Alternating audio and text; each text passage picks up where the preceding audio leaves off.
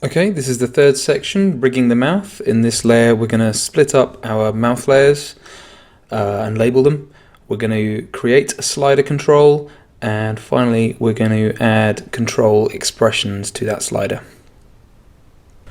Okay, so the last thing we need to do before we can animate the guy is rig our mouth. And we do that by starting off in the mouth composition. We're going to turn all our layers back on, and we're going to make them, we're going to drag this all the way back to the beginning. We're going to make them a single frame in length. So you can see the frames marked here if you zoom in, and we're going to make them just one frame in length. Now what we're going to do is split each layer up temporally so that we have a 14 frame composition that includes a single frame of each mouth position.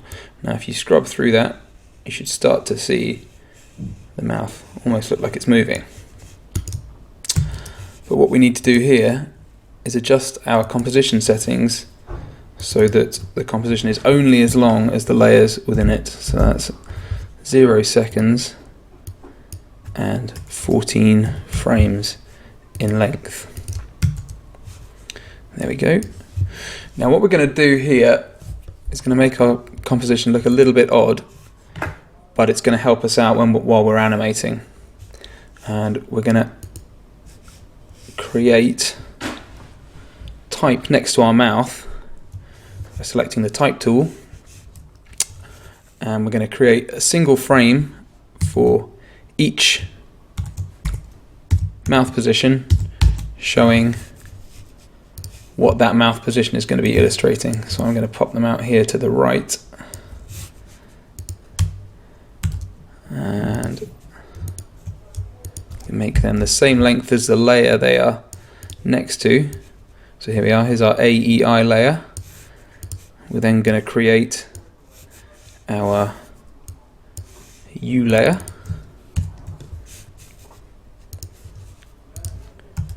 Under that, we're going to create our U layer.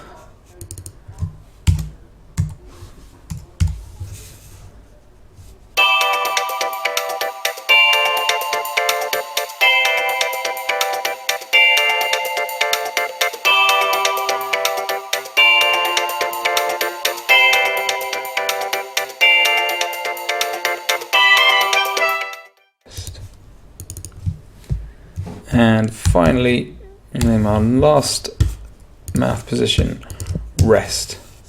And there we go. So again, if we scrub through, you should be able to see next to the mouth there all their respective sounds. If we go back into our character, we'll see that these will show up so that while we're animating, it should be very straightforward. We'll be able to see exactly what sounds we're looking for. Okay, so you'll notice that the mouth comp is too short and we need to extend it throughout the rest of our composition. And the way we're going to do this is by time remapping it. And we're going to select our mouth layer, layer, time, enable time remapping. And this just extends the layer throughout the composition. What we can do now is scroll forwards and backwards through time here to change our mouth positions.